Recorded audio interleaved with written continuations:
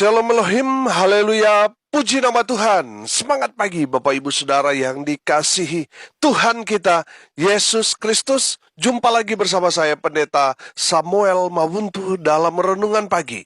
Ke 1923 hari Renungan Pagi ini mengudara. Puji Tuhan. Bapak Ibu Saudara yang dikasihi Tuhan, sebelum kita membaca, mendengarkan, dan merenungkan firman Tuhan hari ini, mari kita berdoa.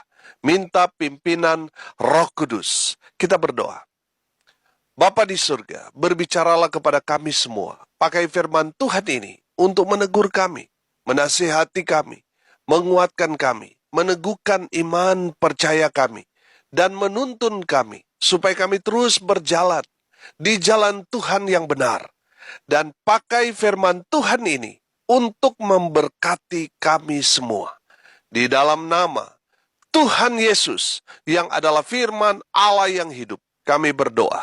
Amin. Haleluya. Bapak Ibu Saudara yang dikasihi Tuhan, bersama dengan saya kita akan belajar Alkitab. Dari kitab Kejadian sampai kitab Wahyu. Mari buka Alkitab kita. Dalam kitab 2 Raja-Raja pasal 11 ayat 21 sampai pasal 12 ayat 1 dan ayat 2. Di bawah perikop Yoas Raja Yehuda. Demikian firman Tuhan. Yoas berumur 7 tahun pada waktu ia menjadi raja. Dalam tahun ke-7 zaman Yehu, Yoas menjadi raja dan 40 tahun lamanya ia memerintah di Yerusalem. Nama ibunya ialah Sibia dari Berseba. Yoas melakukan apa yang benar di mata Tuhan seumur hidupnya, selama Imam Yoyada mengajar dia. Amin. Haleluya. Bapak Ibu Saudara yang dikasihi Tuhan, dari kebenaran firman Tuhan ini kita akan belajar dari Yoas, bocil atau bocah cilik yang menjadi raja di Yehuda. Saya melihat bahwa Yoas adalah seorang raja yang berhasil dalam kepemimpinannya sebagai raja di Yehuda. Walaupun di awal dia memerintah sebagai raja, Yoas masih bocil, masih anak kecil. Saya belajar bahwa lamanya memerintah seorang raja dalam konteks perjanjian lama, itu adalah bukti keberhasilan raja tersebut. Sudah perhatikan, Yoas memerintah kerajaan Yehuda selama 40 tahun. Saya katakan, Yoas raja yang sukses. Raja yang berhasil dalam pemerintahannya. Amin. Dari kebenaran firman Tuhan ini kita belajar apa yang membuat Yoas bisa sukses, bisa berhasil dalam mengemban tugas sebagai Raja Yehuda. Yang pertama saya menangkap di sini bahwa Yoas memiliki mentor. Amin. Saudara, apa itu mentor? Mentor itu pembimbing yang membimbing Yoas. Yoas ini kan masih anak-anak, masih suka main-main. Tapi dalam jabatan dia yang masih kecil itu, masih umur 7 tahun, dia sudah menjadi Raja Yehuda. Makanya harus ada yang mendampingi dia. Harus ada mentor. Siapa mentor Yoas? Yoyada. Yoyada lah yang menuntun, membimbing, mengajar Yoas. Sejak dari kecil sampai dia sudah dewasa. Saudara yang dikasihi Tuhan, kalau saudara mau sukses dalam kepemimpinan saudara, belajar dari kebenaran firman Tuhan ini. Saudara harus memiliki mentor. Amin. Saudara yang dikasihi Tuhan, perhatikan. Mentor Yoas adalah seorang imam. Amin. Saudara yang dikasihi Tuhan, dengar ini baik-baik. Kalau saudara mau sukses, saudara mau berhasil, saudara harus memiliki mentor yang adalah hamba Tuhan. Gembala saudara kayak dia, atau pendeta ini dan itu, saudara harus ada mentor ini. Supaya apa? Supaya saudara diberikan nasihat, bimbingan, teguran. Di saat saudara melangkah, saudara tidak salah jalan. Karena ada mentor rohani, gembala pendeta yang membimbing saudara. Sehingga saudara tidak salah dalam mengambil keputusan. Tidak salah jalan. Amin. Saudara yang dikasihi Tuhan, saudara harus memiliki mentor sama seperti dengan Yoas. Haleluya. Yang kedua, saya melihat di sini, Yoas bisa sukses sebagai Raja Yehuda karena Yoas melakukan apa yang benar di mata Tuhan. Amin. Sudah perhatikan di ayat 2 di sana dikatakan, Yoas melakukan apa yang benar di mata Tuhan seumur hidupnya. Haleluya. Bapak Ibu Saudara yang dikasihi Tuhan, kalau saudara mau sukses, mau diberkati Tuhan, saudara harus melakukan apa yang benar di mata Tuhan. Amin. Mau terlihat atau tidak terlihat bos saudara, saudara tetap melakukan apa yang benar di mata Tuhan. Kebanyakan orang hanya mencari perhatian dari bosnya dengan cara-cara yang tidak benar. Kalau ada bosnya, wah rajinnya luar biasa. Dia mau memperlihatkan bahwa dia sangat berdedikasi. Dia sangat giat dalam pekerjaan itu. Dia sangat-sangat loyal akan atasannya atau dalam pekerjaannya itu. Itu karena bosnya melihat dia. Tapi di saat bosnya tidak melihat dia, dia santai. Saudara yang dikasih Tuhan, ada berapa banyak orang model seperti itu. Saudara, Yoas melakukan apa yang benar di mata Tuhan.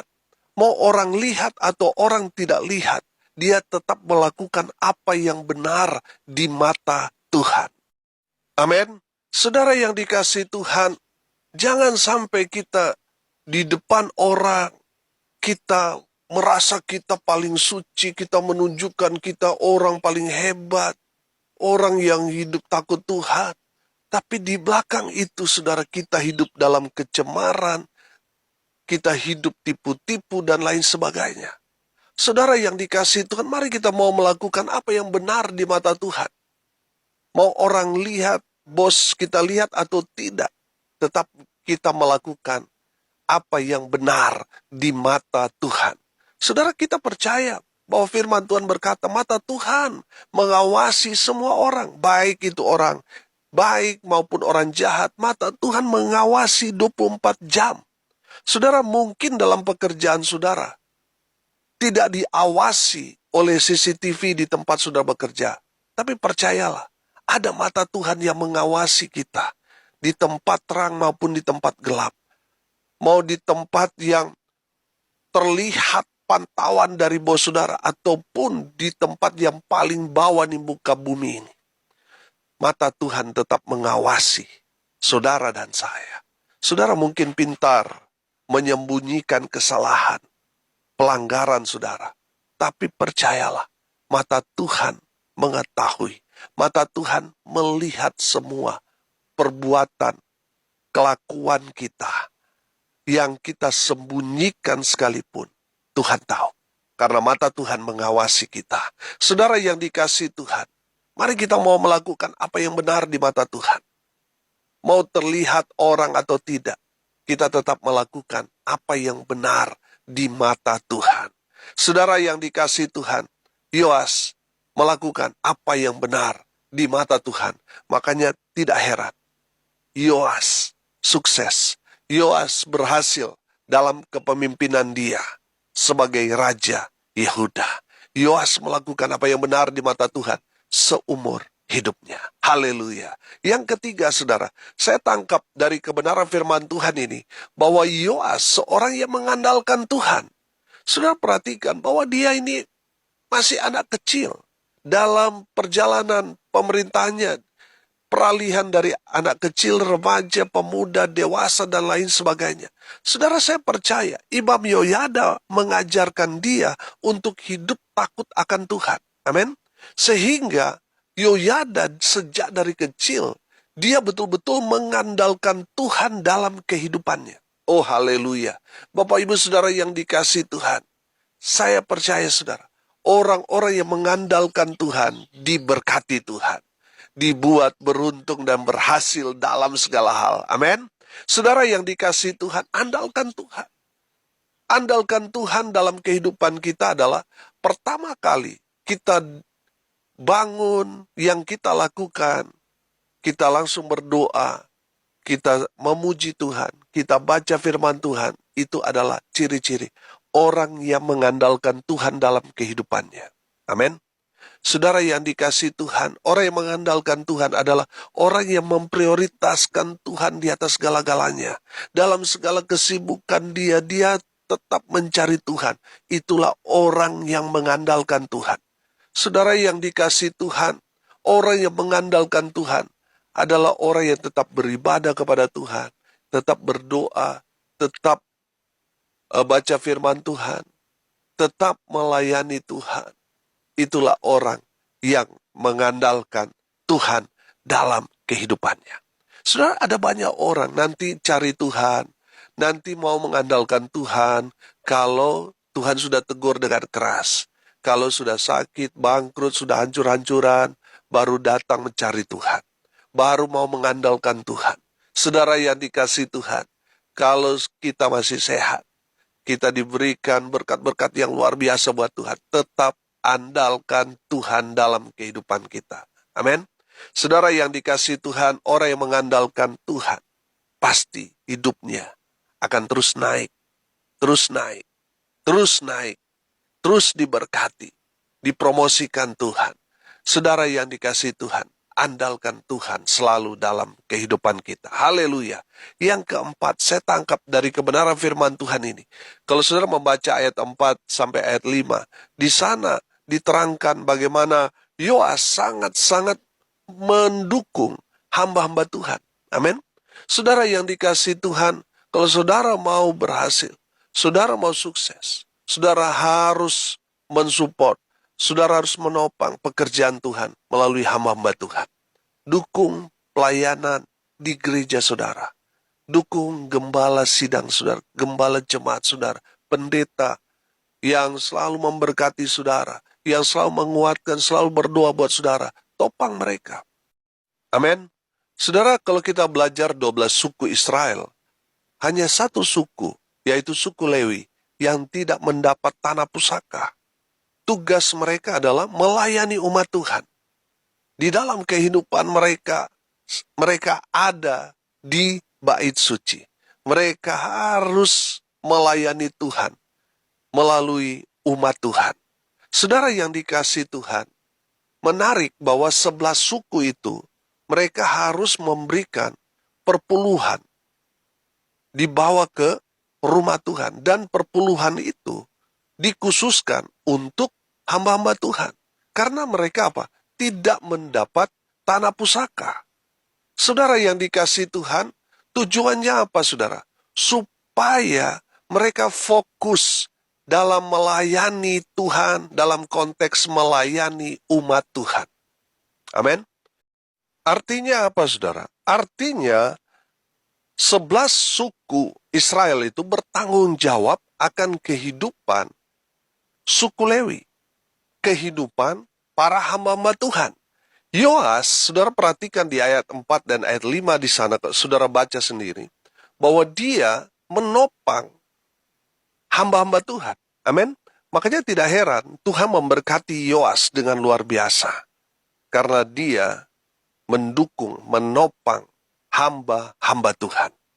Saudara yang dikasihi Tuhan, dukung hamba-hamba Tuhan. Topang mereka.